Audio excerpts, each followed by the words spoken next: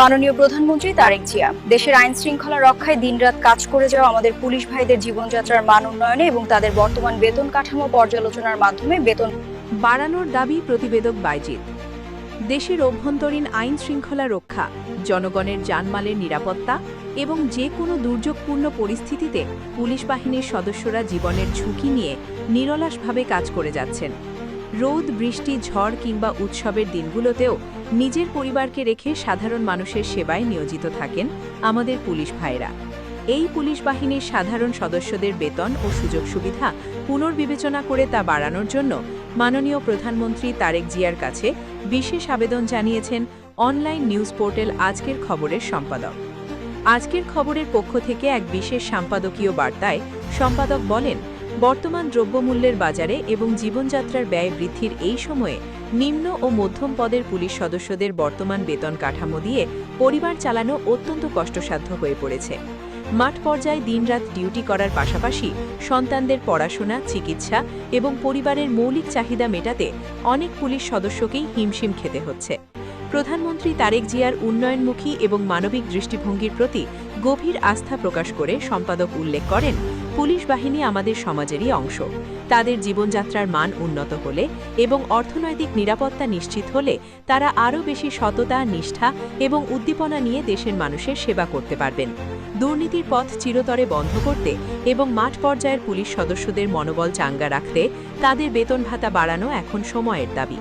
সকল পুলিশ ভাইয়ের পক্ষ থেকে আজকের খবরের সম্পাদক মাননীয় প্রধানমন্ত্রী তারেক জিয়ার কাছে সহানুভূতিশীল দৃষ্টির অনুরোধ জানিয়ে বলেন, সরকার যদি পুলিশ বাহিনীর বেতন কাঠামো সংস্কার করে এবং তাদের রেশন ও অন্যান্য সুযোগ সুবিধা বৃদ্ধি করে, তবে তা হবে একটি অত্যন্ত যুগান্তকারী এবং মানবিক পদক্ষেপ।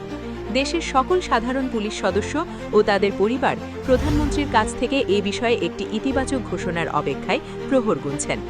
শুধু একটাই কারণ যে পুলিশকে প্রশ্নবিদ্ধ করার কারণে এবং কিছু থানা ক্ষতিগ্রস্ত হওয়ার কারণে পুলিশরা অবরুদ্ধ হয়েছিল।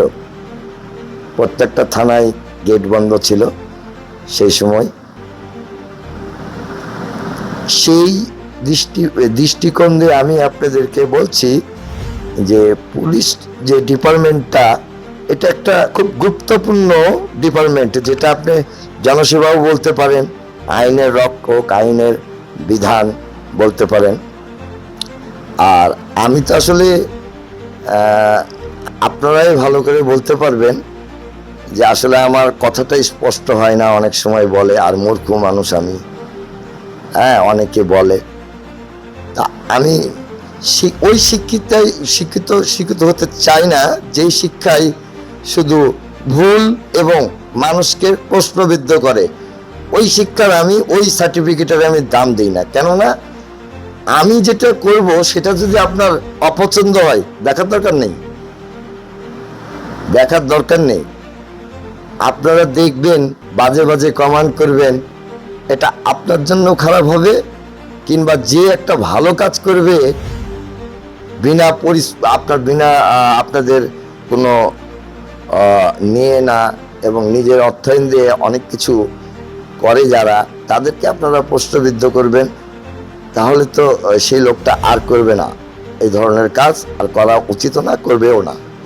যার জন্যে আমি মাননীয় তারেক সাহেবকে বলতে চাচ্ছি, ওনার আম্মা আমার খুব একটা প্রিয় ব্যক্তি ছিল এবং প্রিয় নেত্রী ছিল, যে কখনোই অন্যায়ের কাছে মাথা নত করেনি। আশা রাখি তারেক সাহেবও সেই কাজেই বহাল থাকবে।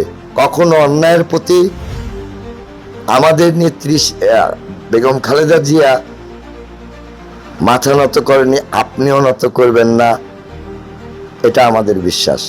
তাই আপনার কাছে হাত জোড় করে অনুরোধ করে বলছি, শুধু একটি ডিপার্টমেন্ট আপনারা শুধু লক্ষ্য রাখবেন, পে স্কেল থেকে শুরু করে, আর একটু যদি তাদের বেতন ভাতা একটু বাড়িয়ে দেন, হয়তোবা এখন যে মার্কেটে একটা জিনিসের মূল্যায়ন আগের মতো আর নাই, মূল্য আগের মতো নাই। যে পণ্যটা কিনতে যাবে সেই পণ্যটার দাম 10 টাকা, 20 টাকা, 50 টাকারও অতিরিক্ত হয়েছে। আর বেতনটা কিন্তু ওই রকমই আছে। তাহলে দেশের প্রেক্ষাপট অনুযায়ী আমি ওনাকে বারবার করে অনুরোধ করে বলবো, হাত জোর করে অনুরোধ করে বলবো, পুলিশের যে সেক্টরগুলো আছে, আনসারের সেক্টরগুলো যেগুলো আছে, আর্মি থেকে শুরু করে প্রত্যেকটা আইন শৃঙ্খলা বাহিনীর বেতন একটু বাড়িয়ে দেন। তাদের খুব কষ্ট হচ্ছে, কিন্তু তারা বলে না। আর দুর্নীতি তখনই দমন হবে যখনই একটা সেক্টর পরিপূর্ণতাভাবে কাজ করতে পারবে, কারো ইন্ধনে না, এবং সে যে পরিবার চালাতে পারছে না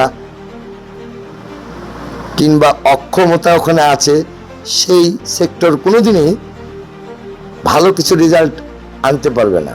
তাই পুলিশ প্রশাসনকে এবং প্রশাসনিক বিভাগকে একটু নজরে রাখেন, দেখেন, বুঝেন, তাদেরও পরিবার আছে, তাদেরকেও চলাফেরা করতে হয়।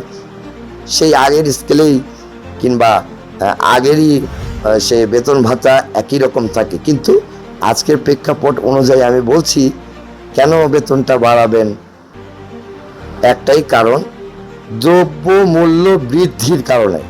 দ্রব্য মূল্য বৃদ্ধির কারণে এবং অনিষ্টাভাবে সারা জীবন সারা দিন যেই মানুষগুলো, ওই আইনের মানুষগুলোর কথা বলছি আমি, সারা দিন সারা রাত্রি 24 আওয়ার্স কাজ করে, সেই সেক্টরটা একটু আপনি পর্যবেক্ষণ করে যতটুকু আপনার সমর্থন হয় আপনি একটু বেতনটা বাড়িয়ে দিবেন। এটাই আমার অনুরোধ আজকের খবর থেকে।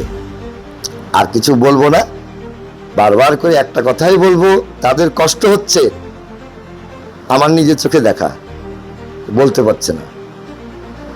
যাই হোক, এ বিষয়ে আর আমি প্রতিবেদনটা বাড়াচ্ছি না।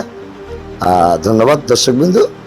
আজকের এই খবর থেকে আমি বাইজিৎ, সম্পাদক, বলছিলাম, স্থান 27 নম্বর ওয়ার্ড, আজকের খবরের